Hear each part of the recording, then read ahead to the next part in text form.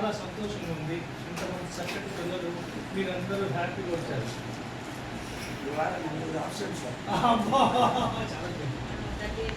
ఈ పేర్లు ఎవరు చదవగలరా? ఈ పేర్లు ఎవరు చదవగలరు? చదవగలరా ఎవరన్నా? ఎవరు చదవలేరా? చదువురా.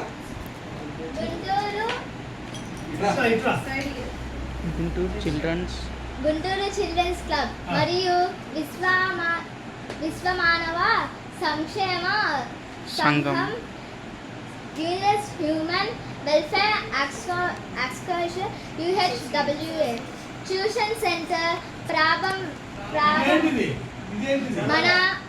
మన దేశాన్ని మనమే బాగుపరుచుకోవాలి. Tuition centre Puchchapalli Sundarayya Nagar, Guntur. చదివారు కదా. ఈ tuition centre Guntur children club, విశ్వమానవ సంక్షేమ సంఘము కలిసి రన్ చేస్తుంది.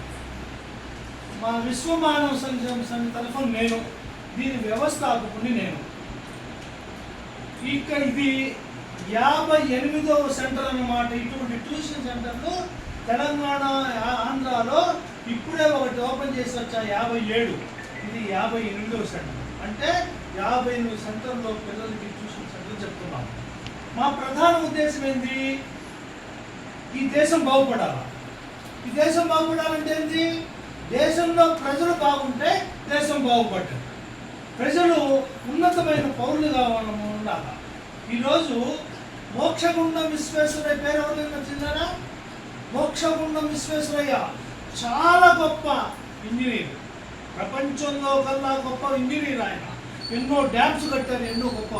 ఆయన ఒకటే చెప్తాడు, ఈరోజు కొటేషన్ ఎదుగా, మంచి దేశం కావాలంటే క్రమశిక్షణ కలిగిన, కష్టపడే తత్వం ఉన్న, తర్వాత పోతే సచ్చీలురైనా వీళ్ళు ప్రజలు ఉంటే ఆ దేశం బాగుపడుతున్నారు. దేశం అంటే మట్టి కాదు, దేశం అంటే మనుషులై, తర్వాత వట్టి మాటలు ఈ శిలోమని మనుషులు చెప్పలేదు. అట్లా దేశం అంటే బిల్డింగులు, చెక్కలు, కొయ్యలు, బ్రిడ్జిలు కాదు, మనుషులు. మనుషులు అంటే మనుషులు బాగుండాలి. ఈ దేశం అంతా బాగుండాలి. Character is important for any society, development of the society. క్యారెక్టరే మనిషికి జీవనము, మనిషి అభివృద్ధికి ఇదన్నమాట. మంచి క్యారెక్టర్ ఏంటి అంటే ఏమిటి అంటే, మీతోటి మాట్లాడే స్థాయి సత్యమే పలకాలి. మీకు తెలుసు, గాంధీ మహాత్ముడు జీవితాంతము సత్యమే మాట్లాడాడు. తర్వాత మోసాలు చేయకుండా ఉండే సమయం కావాలి. ఎప్పుడు కూడా ఒకరినొకరు మోసం చేసుకుంటూ, ఈనాడు మీకు తెలుసు, రాజకీయ నాయకులు కానీ, అన్నదమ్ములు కానీ, తల్లిదండ్రులు కానీ అందరూ ఒకరినొకరు మోసం చేసుకుంటున్నారు.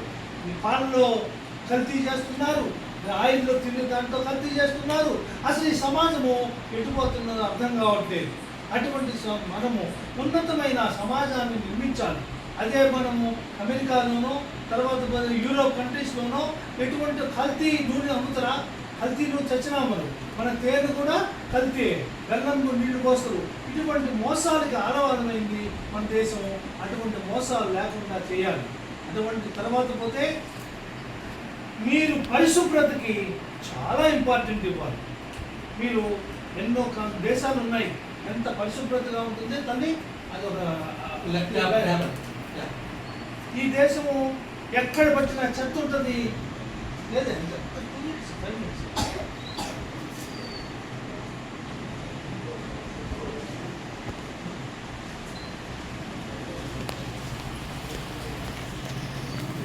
ఈయనెవరో తెలుసా?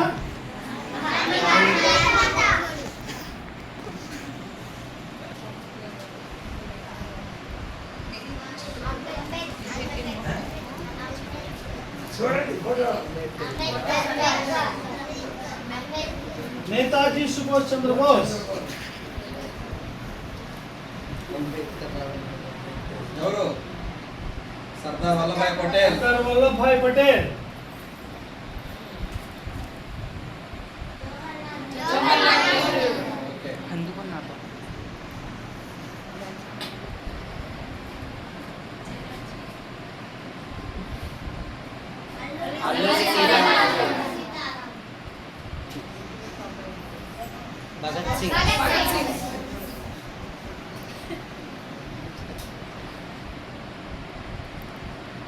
చెత్తకుప్ప డంప్యాడ్ చెత్త చెత్త రోడ్డు మీద. చెత్తగా అంటే మన దేశంలో పరిశుభ్రతకి అసలు ఏమీ లేదు.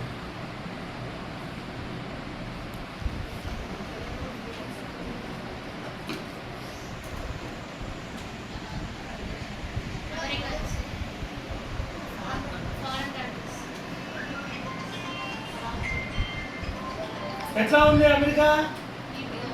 నీట్గా శుభ్రంగా చెత్త చెదారం లేకుండా ఉంది. ఫైన్. ఏమిలా?